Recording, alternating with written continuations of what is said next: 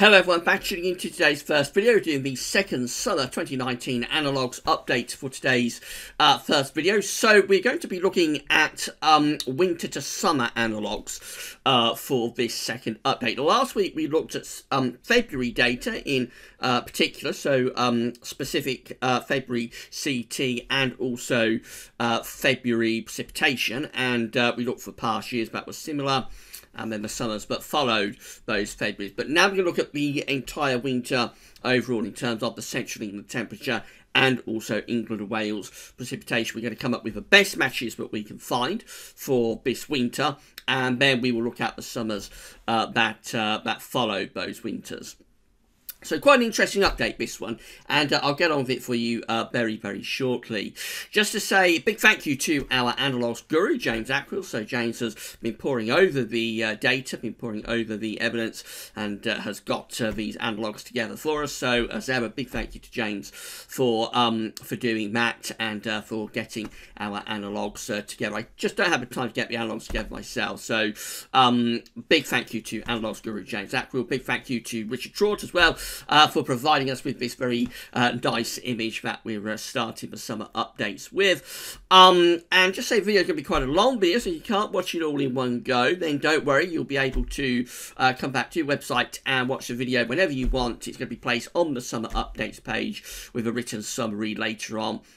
Probably sometime this evening, there'll be a written summary placed on the summer updates page with the video, and so you'll be able to read that written summary and also have a watch of the video on demand whenever you like. As ever with the long range stuff, it can be quite a longish video, so if you can't watch it all in one go, then you have to come back whenever you want and do that. And get yourself a cup of tea, and just enjoy the video. I hope you enjoy it. Going to have Gaz over his sunny roundup coming up later on today, by the way.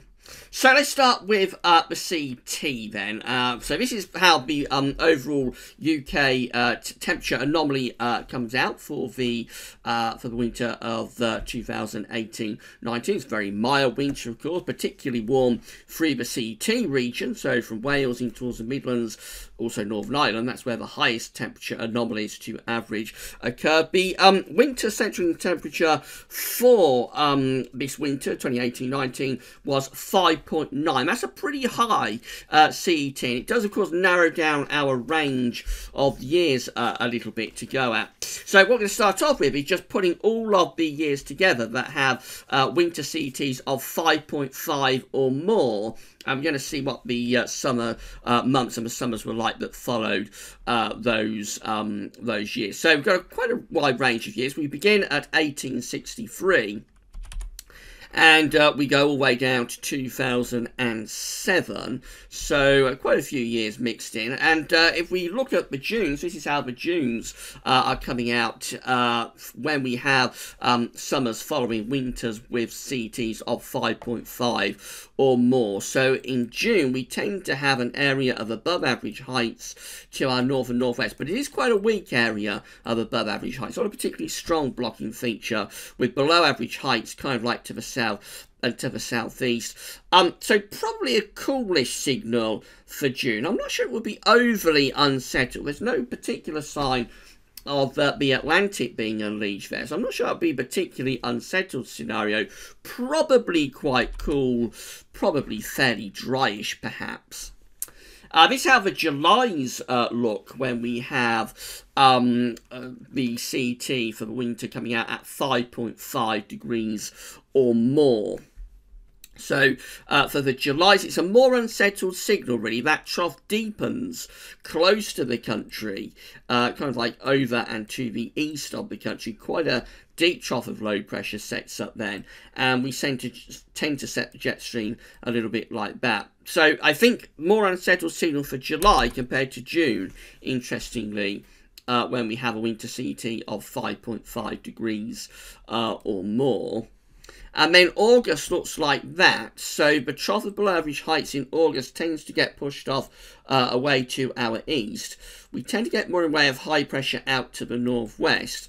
And what this could do is pull down quite coolish winds from the north maybe, but it's a drier signal, so maybe going coolish and dryish for the August. Bear in mind, there is quite a big range of years mixed in here from 1863 all the way down to 2007. So probably not quite as unsettled as July, but probably rather coolish, with winds tending to be favoured more from the north, maybe. The overall winters themselves do actually look quite unsettled. The overall summers, I should say, themselves do actually look quite unsettled when we've got the CET through the winter of 5.5 or more. So in the summer, you tend to get quite a deep trough of below average heights over to the east of the country. Tend to get a bit of a blocking signal out to the north and the west. That looks like a relatively cool and a relatively unsettled signal. Just using the CET alone does look rather cool, rather unsettled perhaps, when you bring all of those summers together. Bear in mind, July is by far the most unsettled month, however.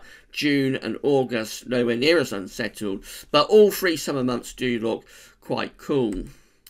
And then, of course, there's the precipitation side of this. So what we also have to look for the precipitation, and I'm just going to flip this over to 2019. So let's go down to winter. And what we look for precipitation is that it was a dry winter. Indeed, it was a drier than average winter across many parts of the UK. And we have found that England and Wales precipitation for the winter 2018-19 comes out at 218.3 millimetres, which sounds a lot, but of course over 3 months during the winter, that is not a particularly wet winter at all. So what we've done also is to look at other winters that had a similar England and Wales precipitation figure. Of course, it's very difficult to get an exact figure with precipitation. So we've looked at years that have a similar sort of England and Wales precipitation number to the winter of 2018-19. And for those, we start with 1857. And we go all the way down to 2011 down here. So this is how all the Junes combine look when we have summers that are following winters with a similar England and Wales precipitation figure to winter 2018-19. I hope you're able to follow this. It's very in-depth, very intricate and complicated, so I hope you're able to keep up with this. So for June, we tend to have an area of above average heights centred to our east. Below average heights tend to be centred out to the west like that. So it's a little bit of a battle for June. We are trying to bring in a westerly flow, but we do have a higher pressure signal out to the east and northeast. This could be quite a warm signal, actually. We could be bringing up fairly warm winds from a southeasterly direction during these Junes. On average, of course, there will be years that deviate, but on average, it could be quite a warmish signal for June. And probably a little bit unstable too, maybe a little bit on the thundery side. That's how July looks. It's a much more anticyclonic signal with precipitation compared to the CT. So for precipitation, we tend to get in July an area of above average height centred just to our north. Below average heights tend to be centred down to our south. That will be favouring bringing in easterly winds. Easterly winds in July can actually be quite warm. They can be quite hot when you get easterly winds in July. What we have to watch out for is that we don't get a deep trough setting up underneath this ridge. But actually, for that to happen, the ridge would tend to be further north. It tend to be centred around here, and then you get a trough underneath it. So this is a relatively settled, potentially a relatively warmish signal, actually, in July, when we have July's following winters with a similar England and Wales precipitation figure to the winter of 2018-19. And then August is what I was talking about with the trough setting up. So in August, we get a deterioration. We still have the above average heights to our north, but they're further north, if you see what I mean. They're further back towards the Arctic, which allows this trough to set up underneath it. And so probably still favouring more of an easterly flow, but much more unsettled, potentially volatile, potentially very thundery with that. But obviously a much more unsettled scenario in the August compared to the Junes and July. So maybe favouring a bit of a front-loaded summer, warmer in the early part of the summer and drier in the early part of summer, a little bit more unsettled later on.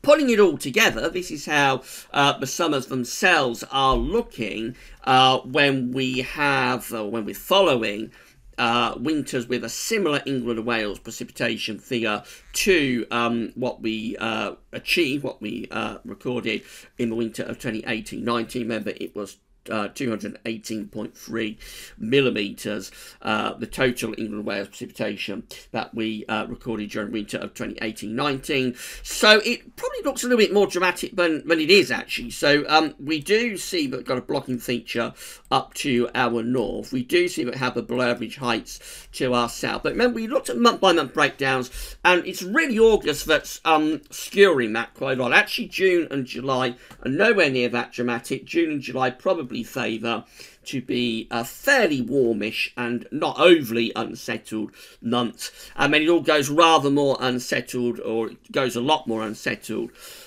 in the August.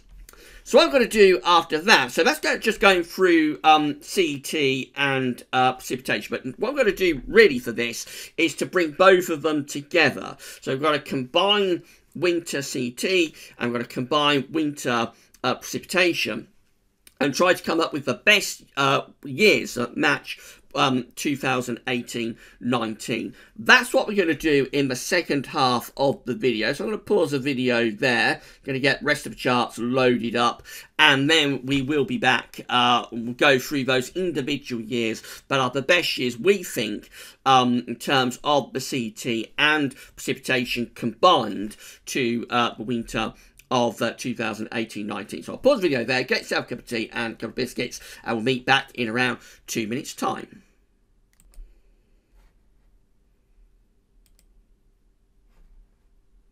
Okay, we're back and we're ready to resume our second summer 2019 Analogues update. So before the break, we was looking at the winter CET, the overall winter central England temperature for the winter of 2018-19, and also England and Wales precipitation in total for the winter individually, and we're looking at summers that came out with similar CETs and also precipitation.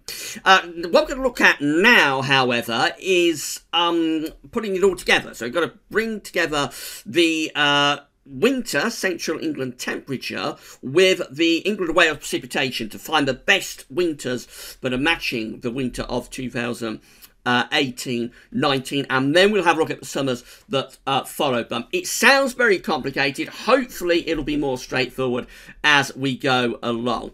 So the first summer we're looking at is the summer of 1863. So this summer follows a winter central England temperature of 5.2 or more. Remember, the CET for the winter 2018-19 came out at 5.9. So this summer is following the winter CET of 5.2 or more.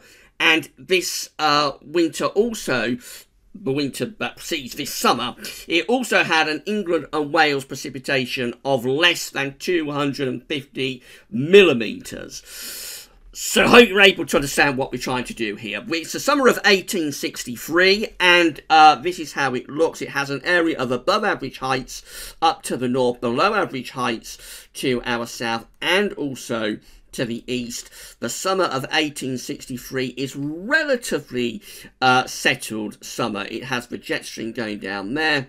It's got high pressure out to the northwest. Probably quite a coolish summer. It's probably tending to bring winds in from a northerly direction, but I don't think it would be an overly unsettled summer. The next summer is 1884. So again, this is following a winter CET of 5.2 or more, together with an England and Wales precipitation of less than 250 millimetres during the winter of 1883-1884. The summer of 1884 looks like this. It has above average heights to the north of the country. It has below average heights down to the south. It's a bit of a blocking signal. It's probably favouring easterly winds. But again, not overly unsettled. The jet stream doesn't look like it's particularly influential there. We're pushing those troughs of low pressure southwards. So again, probably a reasonable amount of dry weather through this summer. And with easterly winds in the summer, it could be favouring pretty warm conditions at times. The next summer is 1898. So again, we're following a winter CT of 5.2 or more, combined with England Wales precipitation of less than 250 millimetres. This is how the summer of 1898 is looking. And overall, following this mild and relatively dry winter, it's not too bad. A signal it has above average heights over and to the west of the country. We bring the jet stream through rather like that. So again, it's probably not an overly hot summer. You're probably bringing in, excuse me, you're probably bringing in the winds from off the North Atlantic. So it won't be an overly hot summer, but it's not an overly unsettled summer either. It's probably just a very pleasant sort of summer with a reasonable amount of dry weather. And probably pleasantly warm at times too. The next summer is 1903. This one looks much more unsettled. The summer of 1903 has below average heights breaking through from off the Atlantic. It's got above average heights up to the northwest. The jet stream is going to be down there somewhere. So you'd expect quite an unsettled summer there. In 1903. That looks like our first genuinely, properly unsettled Atlantic-driven summer in our Analogues package. And then we've got 1914. So 1914 continuing to be a very important player within our Analogues updates, as it has been right way back to the winter updates. As we know, it was one of the leading winter 2018-19 forecast analogues. Been an important player through the spring. It continues to be an important player now for the summer updates. Remember what we're doing here is that we're looking at summers following winter central temperatures of 5.2 or more, combined with England and Wales precipitation of less than 250 millimetres. So here comes 1914 once again, and we have above average heights centred to our northeast. We have below average heights down to our south-southeast. We're bringing in the winds from a southerly southeasterly direction. So overall, it's quite an unsettled summer, but it's also a warm summer. We tend to bring in the wind from a southerly to southeasterly direction, warm and unsettled, quite thundery perhaps in the summer of 1914. That continues to be quite an important player for our analogues for the summer updates once again. We're on to 1921 next. So this is how the summer of 1921 is looking, with below average heights up to the north and also down to the south, but it does have an area of above average heights just to our west. So again, probably not too bad a summer really. The Atlantic looks like it's a little bit out of commission. We've got quite a bit of high pressure, albeit sitting to our west. So again, probably not favouring an overly warm summer, but I wouldn't have thought it's particularly unsettled and probably quite pleasant. The summer of 1921. Long gap then to 1949, and this is a good summer. This is, I think, is our first really good summer that we've seen so far within our analogues package. The summer of 1949 has an area of above average height centred almost over top of the country, below average heights in the Atlantic and away across the eastern part of Europe. The flow and the jet would be going something like that. That's quite a hot summer in 1949, particularly hot, I think, in July 1949. And then a really long gap from 1949 to 1989. So we go with a gap of 40 years and we come to the summer of 1989. And this is another good summer. So this analogues package really isn't looking too bad, I don't think, from a warm and dry summer perspective. Summer of 1989 is a hot summer. It has a hot July, very warm in May and June as well. It deteriorates a little bit in August, but having said that, August is not too bad either. We get the below average heights up to the north, have the above average heights centred almost over the top of the UK. Jet streams pushed off to the north as well. So it deteriorates a little bit in August 1989, but otherwise that's a really, really good summer with a lot of very warm, at times really hot and dry weather in the summer of 1989, which of course follows the winter CET of 5.2 or more, plus England and Wales precipitation of less than 250 millimetres. That's not a bad summer at all. Then a rather poor summer, on to 1998 then. So this one appears to be turning up within our Analogues packages at the moment for the summer updates. Rather worryingly, the summer of 1998 has below average height centred over to the east of the country. It's a rather bizarre pattern with above average heights kind of like to the west, to the north, and to the east and to the south of us. So we've kind of like got a ring of high pressure, and we're in the middle under a trough of low pressure. Very bizarre looking pattern in the summer of 1998. Bear in mind that's something that's flipping into a La Nina. It has the Super Nino for the winter of 97-98, very mild, quite dry winter of 97-98, but the summer is flipping into a La Nina, so that's one thing to bear in mind about the summer of 1998. Of course, we'll look at ENSO analogues later on in the summer updates. Our next summer is 2002, so again this summer is following a winter central temperature of 5.2 or more, with England and Wales precipitation less than 250 millimetres. This one, summer of 2002, is an unsettled but warm summer. It has below average heights over and to the west of the country. It has an area of high pressure up over Scandinavia.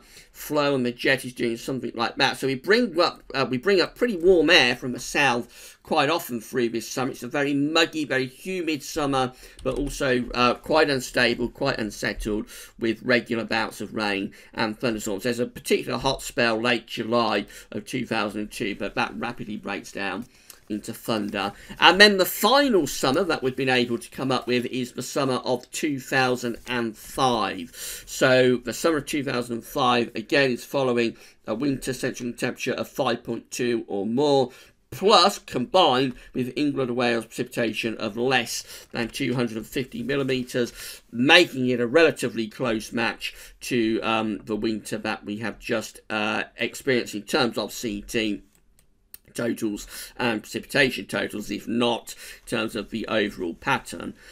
This is how the summer of 2005 looks anyway, with above average height centred pretty much around the UK and also to our south. So it's quite an anticyclonic summer. It's just one of those nondescript sort of summers, actually, that we sometimes get in this country. It's neither one thing nor another. It has a very hot spell in June of 2005. It's a very thundery June as well. The rest of the summer is pretty nondescript. There's not a lot going on. Regular storms and thunderstorms, but also a fair amount of dry weather too. Quite a warmish summer, but certainly not remembered as a particularly good or hot summer in 2005. Now, putting all of that together, this is how the June's combined chart is looking. It's not too bad at all, you know, with the Junes. We've got this area of above average height centred over to the east of the country.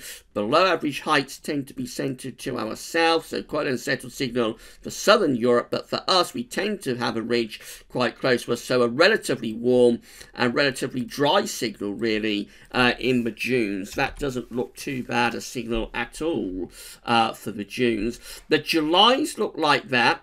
So again, it's anticyclonic, it's pretty dry. We tend to get the above average heights more over and slightly to the west of the country, but below average heights tend to extend down to the east of us. So we probably have a rather cooler month in the Julys. We probably tend to favour bringing wind in from the North Atlantic, but the Atlantic is looking rather dormant there, so relatively dry, and I would have thought relatively pleasant month being signalled again for July. August looks very different, however, so we still managed to get an area of above average heights just to our east, but it's much weakened.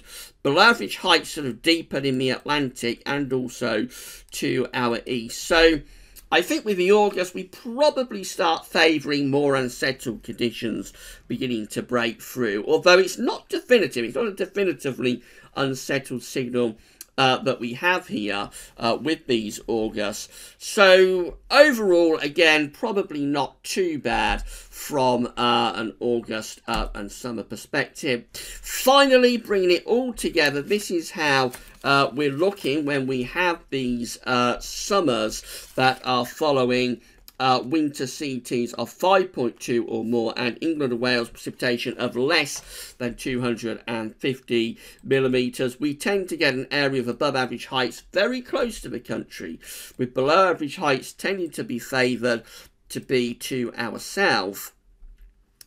And that tends to leave us on a relatively dry and mild signal, really, relatively dry and warm signal. So, again, it does appear that, and it's quite surprising, I wasn't expecting to see this until James sent the analogues through and I had a good look through them. It does appear that a mild and dry sort of winter might be favouring a warmer, maybe even hotter and drier signal for the summer. That Analogues package really isn't too bad at all from a summer perspective if you want a decent summer. That looks like a very interesting package of Analogues, I have to say, and we're definitely favouring warmer and drier conditions. Even the chart that's deteriorating a bit in August doesn't overall look too bad, really. We see a lot worse when we do these Analogues updates, even in the August. So I think we bank that one and we say that's quite an interesting update indeed from a warm and dry